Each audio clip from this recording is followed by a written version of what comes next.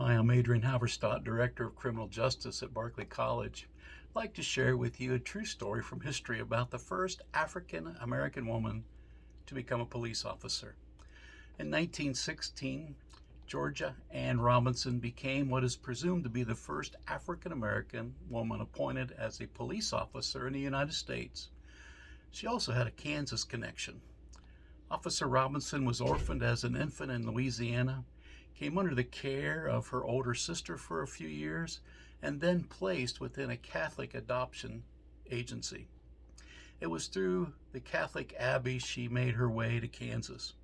Here, Georgia worked as a governess, married a Leavenworth City native by the name of Morgan Robinson, became active in many community organizations, and served as a leader in women's suffrage.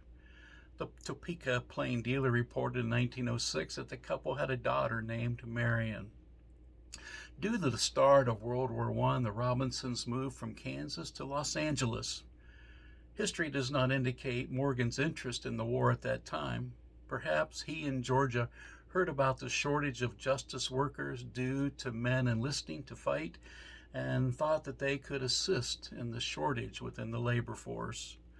Shortly after arriving in Los Angeles, Georgia began to volunteer at the Los Angeles Police Department.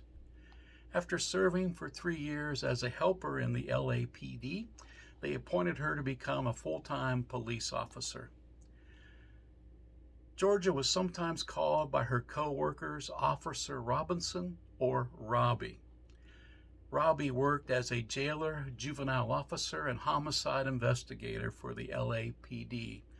She assisted in starting up social agencies and shelters for African American women and children in the Los Angeles area. She would often bring children into her home for extended periods when they had nowhere else to go. Robbie's hope was to one day return to Kansas to be with the only family she had really ever known, but that never materialized because of a job-related injury. In 1928, Robbie's career as a police officer ended as she suffered a severe head injury while breaking up a jailhouse fight between two drunken female inmates. Her head was smashed against the bars of the cell, and one of the girls grabbed Robbie's keys and shoved them into her eyes. The injuries caused her to lose her eyesight. Officer Robinson told Ebony magazine in 1954, "I have no regrets. I did not need my eyes any longer. I have seen all there was to see, and now I know what I must do."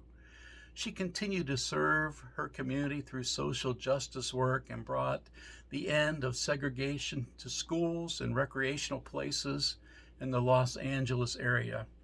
Her primary activism was with the Sojourner Truth organization, which she became acquainted with during her time in Kansas. Officer Robinson established the Sojourner Truth Home for destitute women and girls in Los Angeles, which is still in operation to this day. Thank you for a life well lived, Officer Robinson. We salute you and thank you for your faithful service to our great nation.